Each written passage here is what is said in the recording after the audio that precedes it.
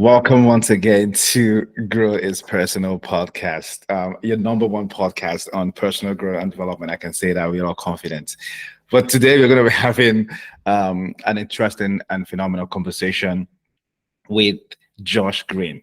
Hi, my name is Emeka Nwarulor and welcome to Growth is Personal. Each week, I share insights and strategies that will equip you to accelerate your personal and professional growth and bring you conversations that will empower you to thrive in life, career, and business.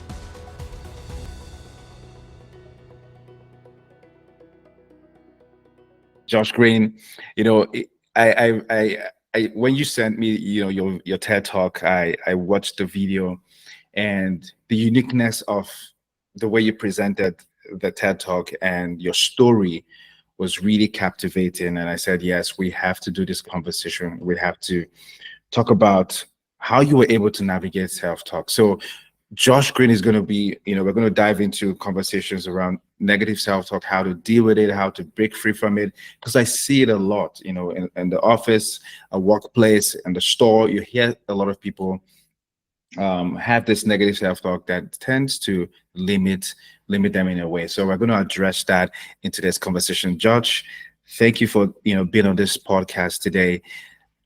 Give us a little bit of who is Josh Green. For those who don't know Josh Green, who is Josh Green?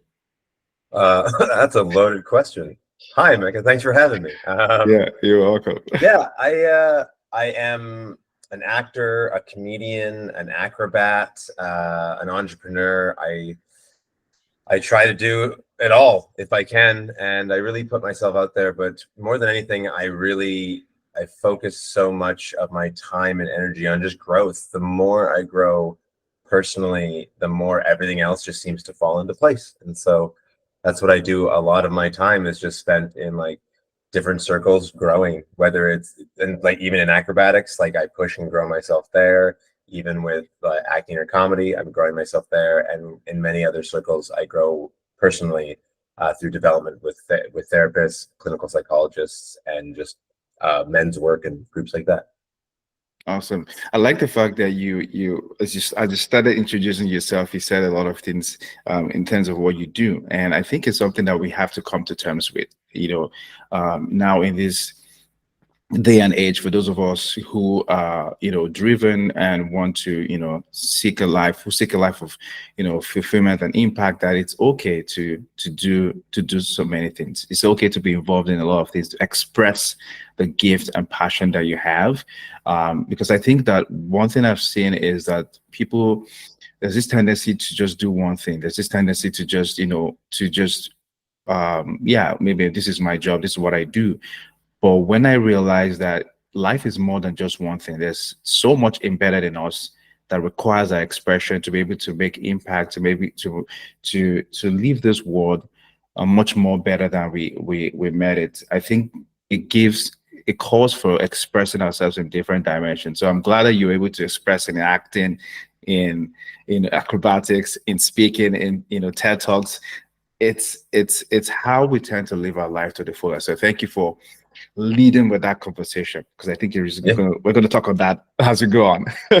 Excellent. Okay. Yeah, I really like doing, like, for me, I do have a very creative soul, a very creative part of myself, and I think lots of people do. Like at the end of the day, like COVID was a really good example of people starting to express that more, and there was this huge outburst of people making sourdough bread who like had never baked before, and they were like, I've got the time to be creative in this aspect. And a lot of people took up painting. And like, I think we all do have the capacity for great creativity, and so it could just be like money or time or something like that. And so I think you're right that like the more we can access that and express different parts of ourselves, it can be so helpful to be like, you know what, today I'm going to do acrobatics, today I'm going to bake bread, today I'm going to do a puzzle for 3 hours, like whatever it is, rather than just that same routine of like work, Netflix, sleep, work, Netflix, sleep. Yeah. So Yeah. Great. So let's talk about your TED talk was very interesting. There's a lot to pick up from what you said, but let's talk about your personal experience addressing or dealing with negative self-talk. and how, how did it affect your confidence, and or decision making, and how were you able to overcome it? Yeah, I mean, I think like the textbook answer is like to overcome the negative self-talk, it's just like taking micro steps to prove to myself that I can succeed. Then over time that builds confidence. And then I learn to manage that by taking actions. And then I just reframe it as opportunities. That's like the textbook answer.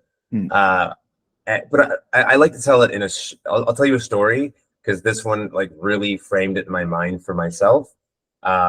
People can watch the TED Talk if they want the juggling story. So I'll tell you a free diving story. Free diving, for those that don't know, it's going deep into the ocean with no scuba tank, just like on one breath, swim down to the bottom of the ocean, that kind of thing. And so I took a class and I took a course and I was getting certified so that I could go and do it. And I remember, we start in a pool, we start like in a pretty chill, relaxed space, but then we go out to the ocean and, there's waves and there's fish and stuff like that. Hmm. And we're out there and I'm hanging onto the buoy and I'm with other people. And he's like, all right, we're going to go down to 5 meters and then we're going to go down to 10 meters and then we're going to go down to 20 meters. And that's how we're going to do this. I was like, great. We go down and a little bit of water leaked in my mask and I panicked and I shot back up to the surface. And I think I made it maybe 1 meter. Like I was very, very shallow and everyone else was down at 5 meters. I panicked. I went to the top. And then he's like, all right, cool. He's like, what happened? I'm like, oh, and like, of course, like this fear comes up. I'm feeling quite anxious. I'm like, oh, that was really scary. I don't know if I want to do this. Like the voices start going like, this is unsafe. You're in danger. And I think that's what the voice is always trying to tell us. Like, hey, this is what you're doing is scary. Don't do that. That is a version of the voice. And so then he's like, cool, we're going to try for 10 meters now. And we go down and like, I couldn't get out of that mindset. I was like, and so I went to swim down and I made it to 1 meter, panicked, went straight back up, and everyone else went to 10 meters. And the guy comes up to me and he's like, are you okay? And I was like, and again, my voice is like, you're wasting people's time. You shouldn't be here. Don't waste the teacher's time. Just go back to the boat. Just wait there. Everyone else can get their day. You can try this again another day. This is what's going on in my head. And I'm kind of frozen. And he's like, what if we just go back down to where you panic? Let's go down to 1 meter. And when you get there, when you want to swim up, just count to 1. Just hold up 1 finger for me. And it's like, and I'll do this with you. And so we did that. And I panicked and I spun around and I went, ugh. And then I swam back up. And he's like, cool, let's do that again. And let's do it with 2. And then 3, 4, and 5. And he's like, cool. Now, when you panic, I want you to kick 1 more time down, then turn around and count to 2, 3, 4, 5. So now I want you to kick 3 times. And we did that until he's like, let's kick 10 times. And we just kept doing that. And then he's like, hey, do you want to know how deep we went on your last one? And I was like, how deep? He's like, 20 meters. I was like, oh, I had what? Like, I was just so focused on these tiny little micro steps that I'd completely forgot, like, that I was scared. And 2 big things happen here. 1, micro steps. Micro steps are huge in breaking things down to a place that seems manageable. And 2, I was surrounded by somebody who knew more than me. I was surrounded by somebody who wanted me to succeed. And I was surrounded by somebody who really like knew what they were doing, who could help me and give me that time. Right. And so that's what I talk about in the TED Talk is like baby steps, showing up, practice, and surrounding yourself with people that know more than you or can do it or have your best interest at heart. And so all of that is encompassed right in that moment as we just kept practicing the same thing. We started really small. I didn't leave, even though I wanted to, and I had the support of someone else. So when you were talking, I noted down, mentorship, having someone who has gone ahead, who has done what you want to do, and then the micro steps. Now, for someone who is going through negative self-talk and is really dealing with a lot of, anxiety, self-sabotage to be able to take, that bold step, how do you come about micro steps? What would you say should be a guiding principle or maybe framework on how to break things down on micro steps? What does that mean? Yeah, it's looking at the easiest, most accomplishable version of what you're trying to do. Hmm. And like Gurdjieff talks about this a lot, where it's like for people that have no discipline in their life and can't seem to like get to the gym or like clean their house or things like that. There's this. It's a funny practice where he'll say things like, "Grab a chair at the same time every single day for a week, put it in the middle of your room, and stand on it for 15 seconds. That's it. Just you put the chair there, you stand up, you go, all right, and then you get down, you fold the chair up, and you put it away. But like this starts to build a system in your brain of like, I do this thing, I said I would do this thing, I accomplished, even if it seems stupid. Hmm. That's it. And then maybe the next thing you do is like, I'm just going to make my bed each morning. And so you get out and make your bed, right? Like there's so many little tiny steps where like, instead of cleaning the home, what if you clean your bed? Like, how can you break down something into an accomplishable step so that you actually do the thing that you say you do? Because this builds self-esteem in your own integrity. Because there's a big difference between confidence and self-esteem. I talk about this a lot where like, if I'm the only, like, I don't play basketball very well, but if I'm in a group of a bunch of people that have no idea what basketball is, all of a sudden I'm the expert and I might have some confidence and be like, oh, well, yeah, like I know how to dribble. And these people have never touched a ball before in their lives. Like we could play a game. I could show them how to do it versus self-esteem, which is like being able to go into any situation and trusting that I'll be okay because I've done something similar. Like I know that I can make the bed. I know that I can show up. I know that I can say the lines or whatever it happens to be. And so we can build that by doing those micro steps, like standing on a chair, making our bed, cleaning a faucet. Hmm. Great. And I think it's, when were talking about that, something came to my mind in the sense that, I see a lot of times that people don't get comfortable with boredom. And oftentimes we realize that those micro steps oftentimes are boring. And what people try, and people want to just, there's a lot of, desire to do something fun, interesting, let it be engaging. But oftentimes those micro steps are often boring in the sense that you're almost repeating the same thing. But what you're trying to do is to rewire your brain to be able to to be disciplined to do something and finish it, right? So, Mm-hmm. and I think getting comfortable with boredom is something that we need to be able to get comfortable with. What would you say about that? When it comes to boring stuff. No, I think you're so right. Like you nailed it on the head with that. Like there's a Japanese Zen practice of cleaning in which you clean the same thing for the same amount of time each day. And you see this in the practice of like Zen gardening where they like rake the sand and at the end of the day they just erase it all and start fresh again. And the point of it isn't anything other than just doing it, right? And so in the Zen art of cleaning, like you'll go to a faucet and the faucet might already be clean because you cleaned it yesterday, but you spend the same amount of time and diligence cleaning it again today. Like if it's 1 minute and then you clean the faucet and make sure it's just sparkly, shiny, you spray it, you're like, yep, because it's that focus of like, and you're right, it can be quite boring. And I think that simply practicing having fun with that or experiencing that or doing it and finding, because some people even find meditation boring, Yeah. and I don't think they're wrong in that. Like if you're right, if it's boring for you, then it is indeed boring. But I think you're so right when you say like people need to become comfortable with being in that silence, being bored, right? Like whatever that means to them, because there's a great practice in just simply sitting with things, with silences, with boredom, and becoming good at it, because making the bed is boring. And if it is boring, how can you make it more fun if you're not okay with boredom? Because yeah, Mm. like cleaning to me isn't necessarily the most exciting thing in the world, but I make a practice of it or a game of it. There's lots of different ways to gamify if that makes people happy. I'm just a person that is okay with silence and boredom and things like that. I feel like that. Okay. Yeah. Can we say that negative self-talk is as a result of external pressure or external factors or societal expectations? And if it's so, how can we untangle ourselves? Like, how can we remove ourselves from those external pressures that won't that makes people have this negative self-talk? Yeah, I mean, like it's a really good point because there's a lot of like societal expectations, family dynamics, cultural norms, and these all can plant seeds of negative self-talk.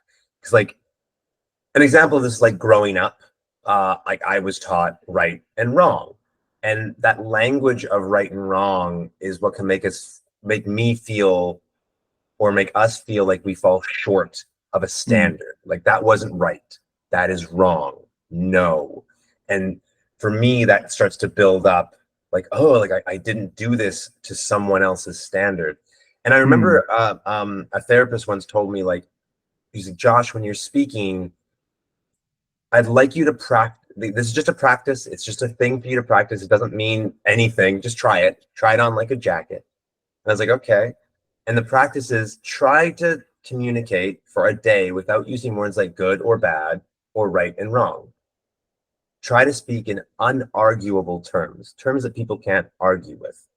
mm, And I was like, okay.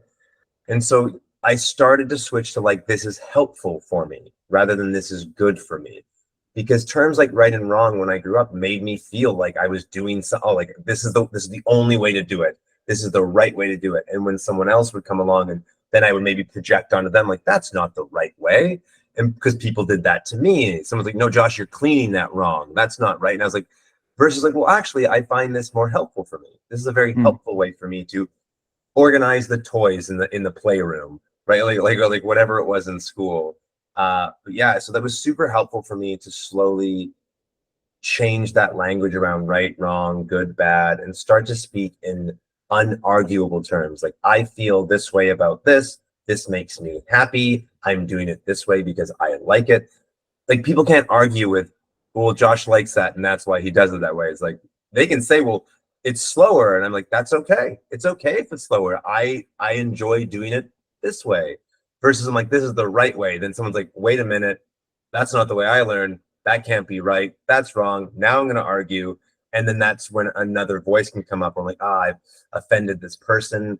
I start to develop this voice of like, am I doing this right? And then negative self-talk can come in. Because there is, mm, again, there's a lot of societal pressures and cultural norms that can make it difficult to navigate those negative voices.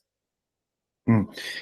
I like the fact that you mentioned, using language and words to kind of reframe those negative self-talk or those words that leads to negative self-talk, because I think it's very important. And I like the way you frame is a right or wrong, saying more of helpful. And I think it's something that even as people with young kids now can begin to practice, because what I've seen is, growing up, my parents will use the same, that's not good, that's not right, you know. But if we can now begin to adopt this concept that instead of just saying right or wrong, give that child the a sense of ownership to be able to reframe it in the way that applies to them, guiding them in, as much as you're guiding them, but give them that opportunity to be able to express this in a way that is more meaningful to them rather than we having a yardstick of how they should measure what is good or bad. So Mm-hmm. what you've said is really, really powerful for individuals, but also for those who are going to be leading people, even in organizations as well, right? How do you help your team, or how do you help your employees to develop that sense of ownership and pride in the workplace? So thank you for sharing that. I want us to talk about what are the practical tools, that you have adopted or that would help people, and you mentioned one of them, but help people to reframe negative self-talk to begin to lead a life of of self-esteem, self-belief.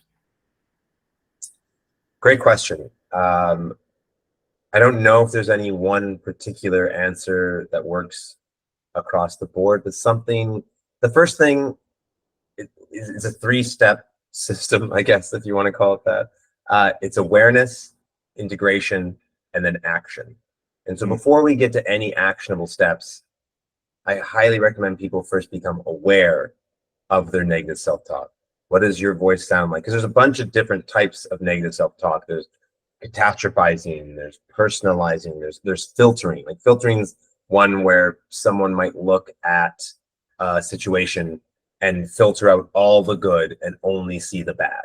They're like, well, this is scary, this is stupid, I could get hurt, it's risky, it costs money, my friends don't like it, it's spicy, whatever. And you're like, and so like the first thing you can do in a situation like that is just be aware of the type of negative self-talk you have. You're like, oh, like, do I catastrophize situations? Am I a mind reader? Mind reading is where we will look at someone, like someone might not call you back. Like you'll text someone, they don't text you back. Like, well, they don't like me.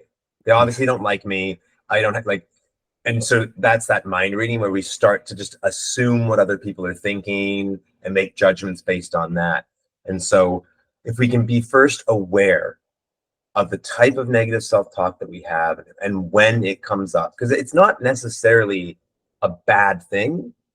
Like negative self-talk is a voice that's trying to keep us safe.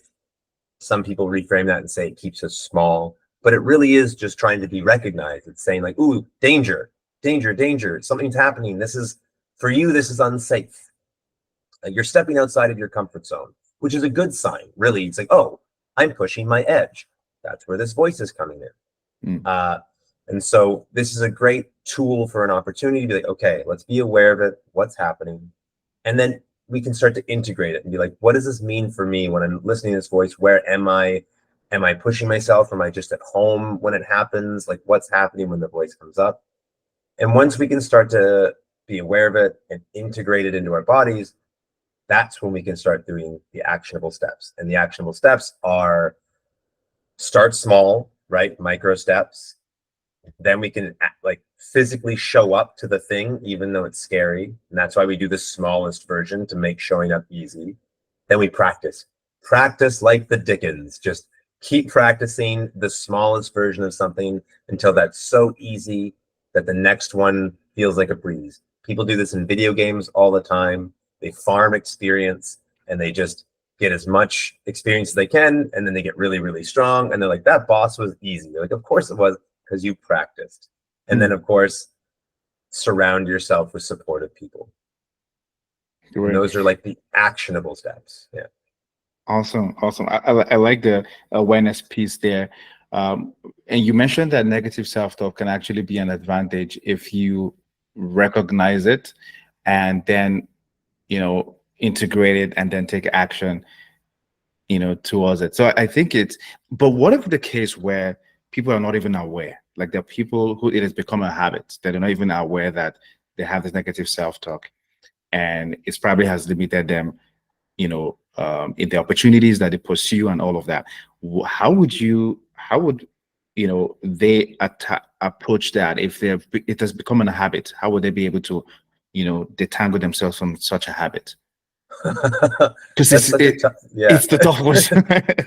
Yeah. I would say that if you're not aware, there's not much you can do. Right? Because there's three different types of like information. There's the stuff we know, there's the stuff we know we don't know, then there's the stuff you don't know and that's the dangerous part. That's the part that can be the stuff you have no idea even exists, because then you can't even learn it, you can't Google it, you don't even know the language. And so that's what you're talking about, and that's such a great question of like, what do you do if you're not aware? And we see this in society all the time.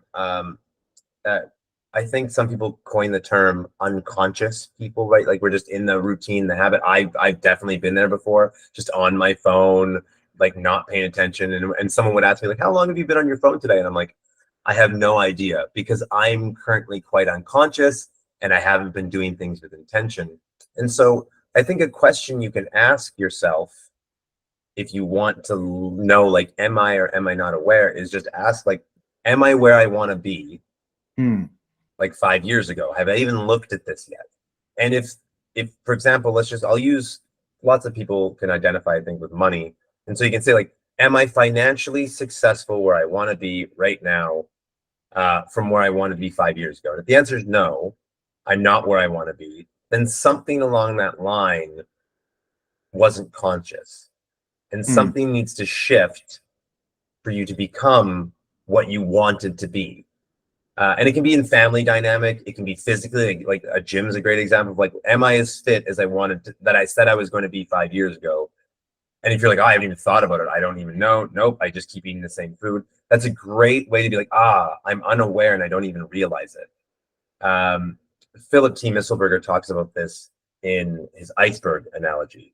It's like on top of the surface of the iceberg, this is our version of this is our conscious version of ourselves where we're like, I'm going to the North Pole.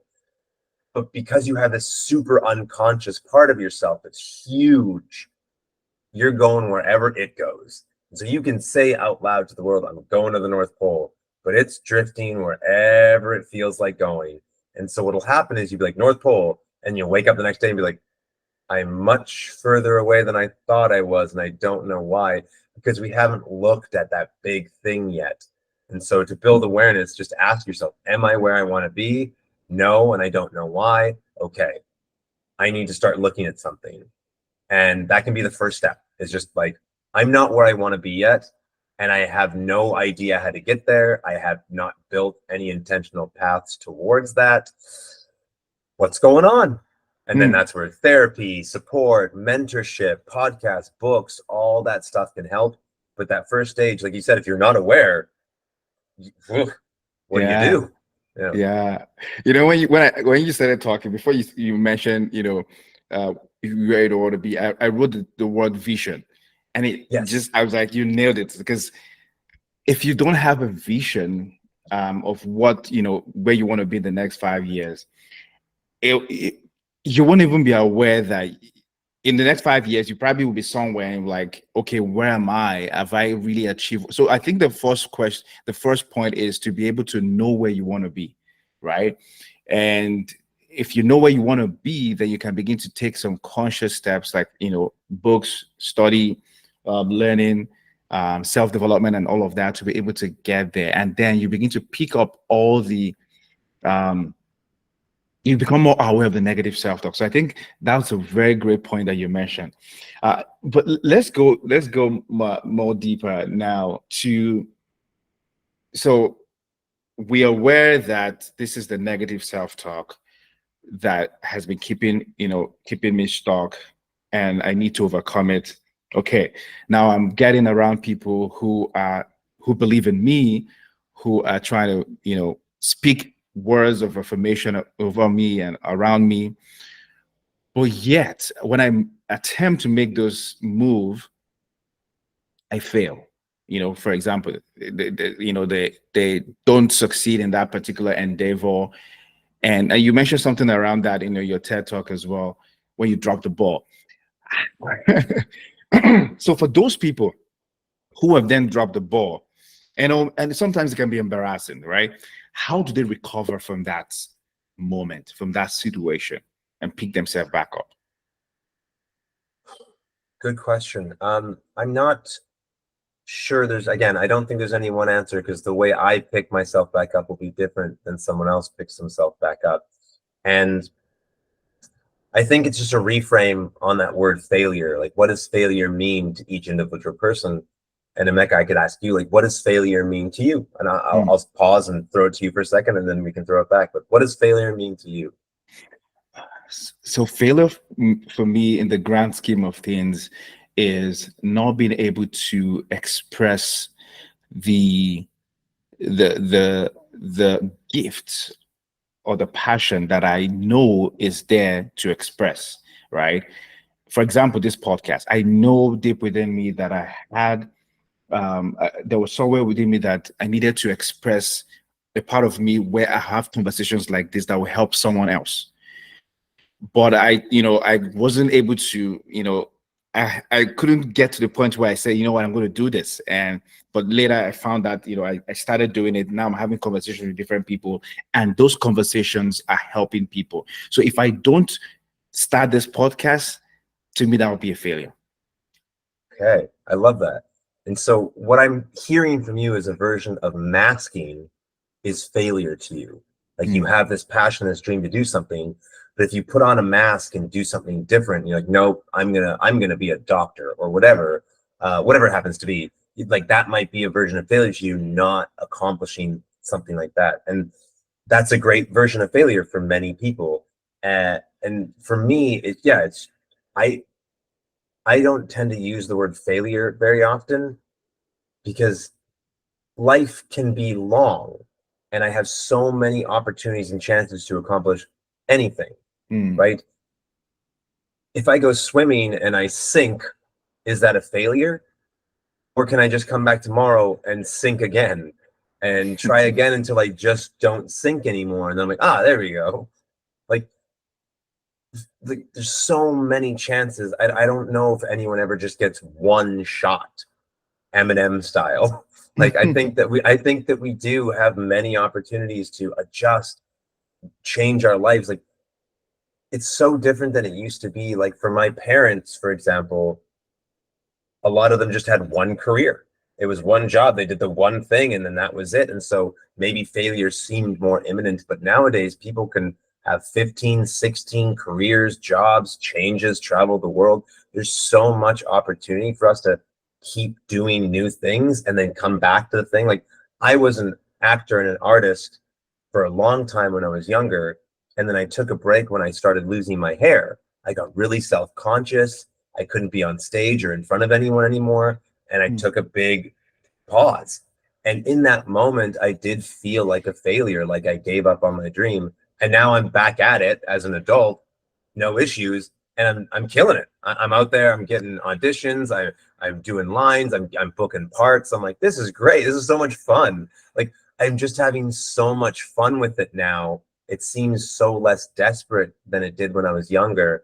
And so I don't think that it's ever failure. So I think for that question, and I hope this answers your question, that it's just a reframe to know that you can just keep trying. There's Yeah. a movie with that's the astronaut movie, and I can't remember the actor's name, um, but where he like applies to NASA and he just keeps applying to Yeah, yeah, NASA. I think I know that movie, but I can't remember the name. But yeah, it Yeah, was about an American, was an American astronaut or something like that, right? yeah, yeah, Yeah. yeah, yeah. And he like just keeps coming back, and he's just like he applied like 15 times or something like that, and then finally like, oh, get in here, like right, like none of that is failure. Like there is no timeline.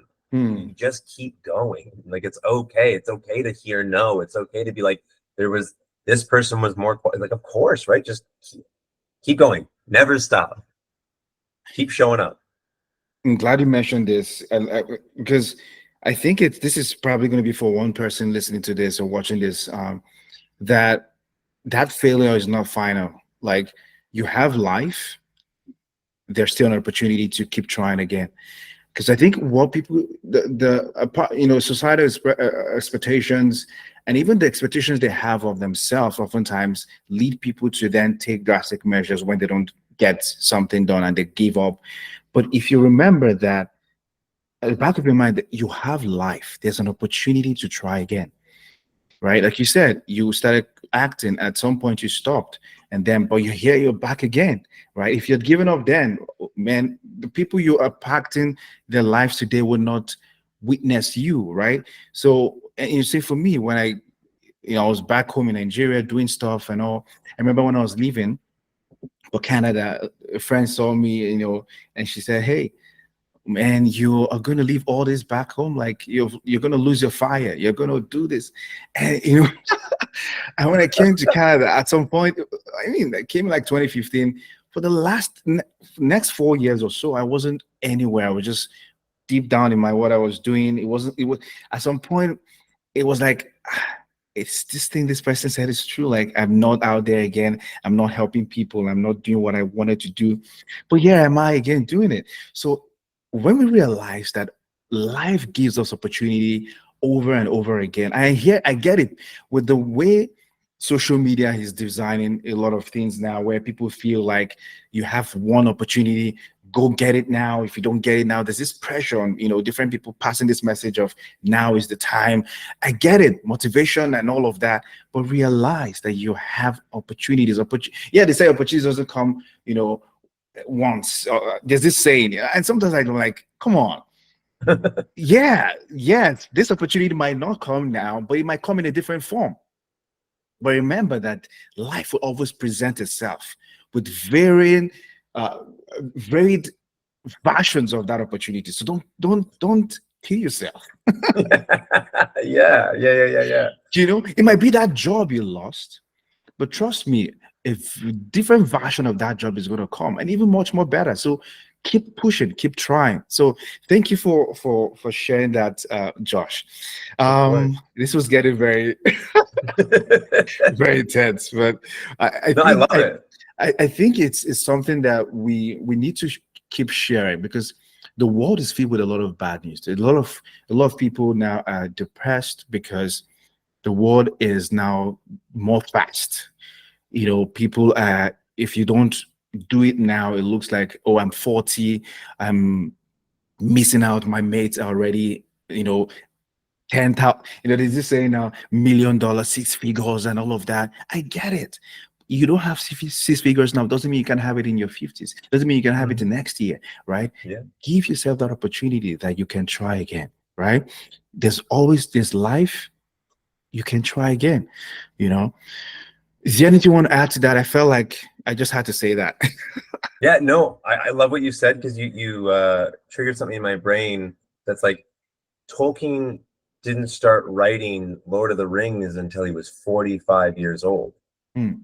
So he lived his whole life. Like, so if there's anyone who's 40 right now, like, you can write a book 5 years from now that becomes a huge industry in and of itself, that like gives millions of jobs to, like, it's such a big book, and it touched so many people's lives. Like, Lord of the Rings is huge, and he didn't start doing it until he's 45. So yeah, like, what you don't, and you're a great example of like, oh, you were bogged down, you were doing the work, and you weren't really focused on your fire and your passion, and you did it. Like, I think it's just such a good message for people, like that it's never too late, right? Yeah. There's Yeah, always it's never too late. Okay. Just one more question for you here. Shoot. What would you excuse me, what would you advise for someone who is feeling overwhelmed, by constant self-doubt, that doesn't know where to start, in these challenging times, there's probably laid off, because we have a lot of layoff going on now.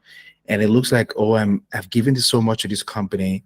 I've given so much, in this job. And here am I. It's almost like I have to start all over. I'm finding it difficult to find a job again. What would you say to that person now listening or watching this?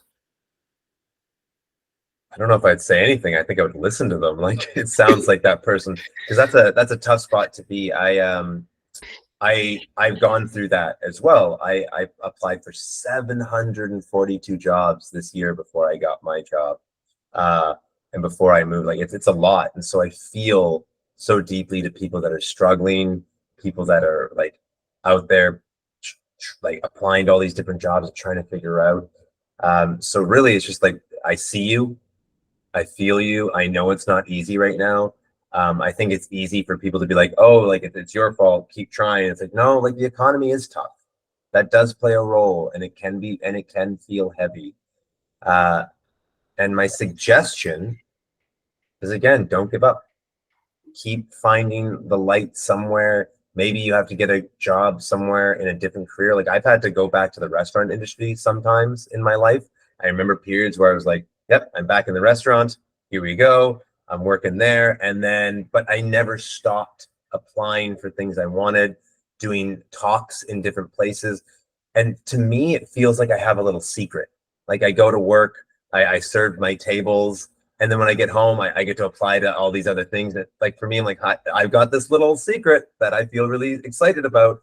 And it just makes me feel like I've got this superpower. And I go to work, and everyone else is kind of miserable. And I'll ask them, like, well, what do you got going on in your life outside of this? And a lot of them don't have something going on. And so for that person, it's okay to take a step sideways and try something different for a little bit, but keep your secret, keep that passion, the thing you really like to do. For you, it's this podcast and helping people and reaching as many people as you can, Emeka, and I think that's beautiful. For someone else, maybe it's dance. They get to dance once a week or twice a week on the side while they do it, and they can keep applying for jobs and choreography positions while they do it. Like, it's all okay to just have your little secret. Don't lose your passion, and keep at it, and connect with as many people as you can in the places you want to go, and just ask yourself, what do I want? What's my vision? Yeah, yeah.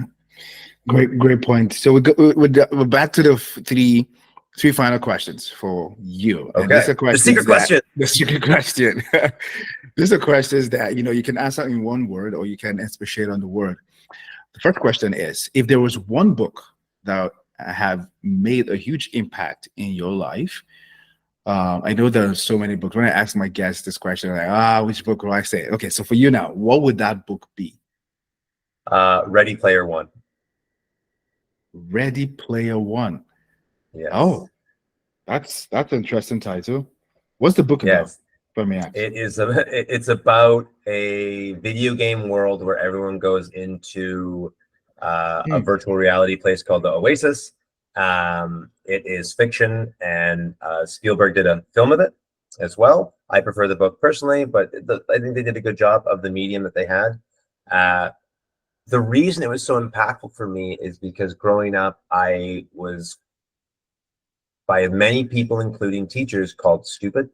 I was not a very good reader. I also didn't love the books they gave me. And I had this beautiful friend who loves reading, and he works in the school system. And he's like, Josh, did it ever cross your mind that maybe nobody gave you fun or interesting books?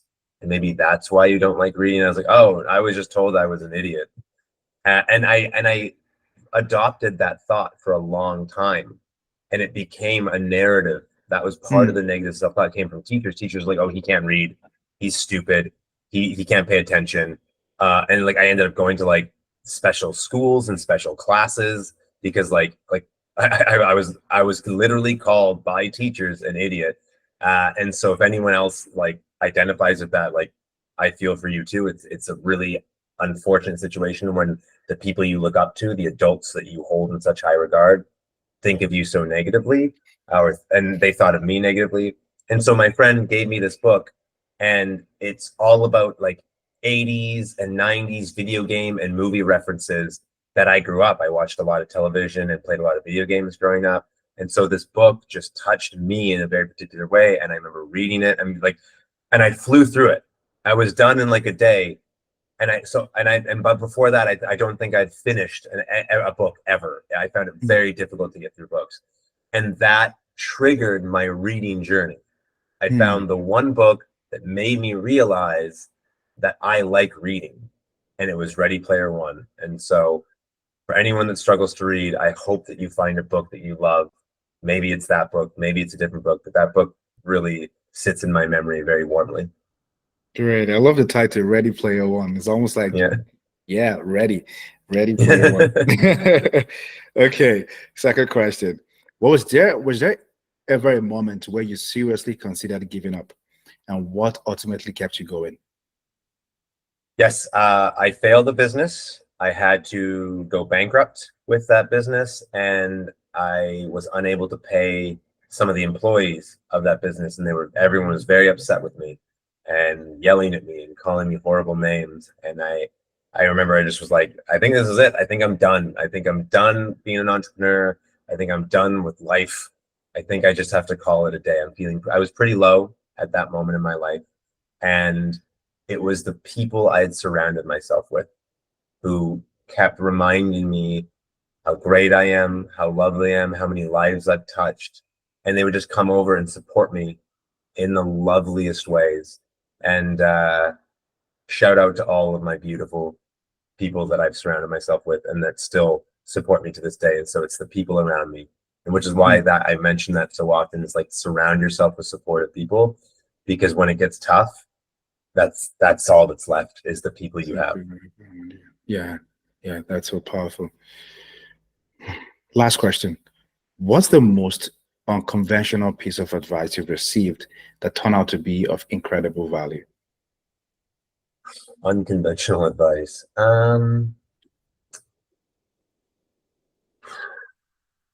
It's a good question.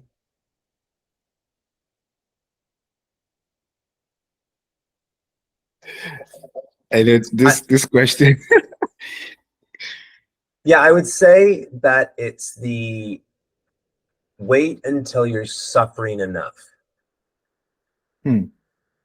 And the point or moral of that, and you can get that from the 15 commitments of conscious leadership. There's a formula that says, I can't remember it off the top of my head, but it's like time plus suffering plus something else equals growth.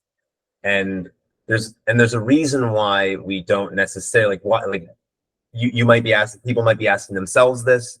I know that like we ask ourselves, why haven't I accomplished A? When will I go for B?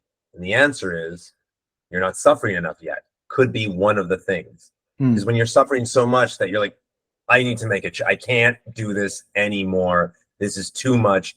That might be the catalyst. There's a few things. It might be time. It might be pressure. It might be like the goal might be so pretty. You might be like, ooh, I really want that. That might be the catalyst. But suffering is one of those catalysts. And so they say like, and so that unconventional bit of advice of like, well, suffer more. And then maybe you won't want to do that anymore. Maybe that will push you into doing the thing that you want. So that's a pretty unconventional piece of advice that I think I got, which is like, you might not be suffering enough to get out of where you are. You might be comfortable. You might be chilling in like the golden handcuffs, as they say. You're like, well, the job's kind of good. And like the benefits are okay. And like, it's like, my boss is all right.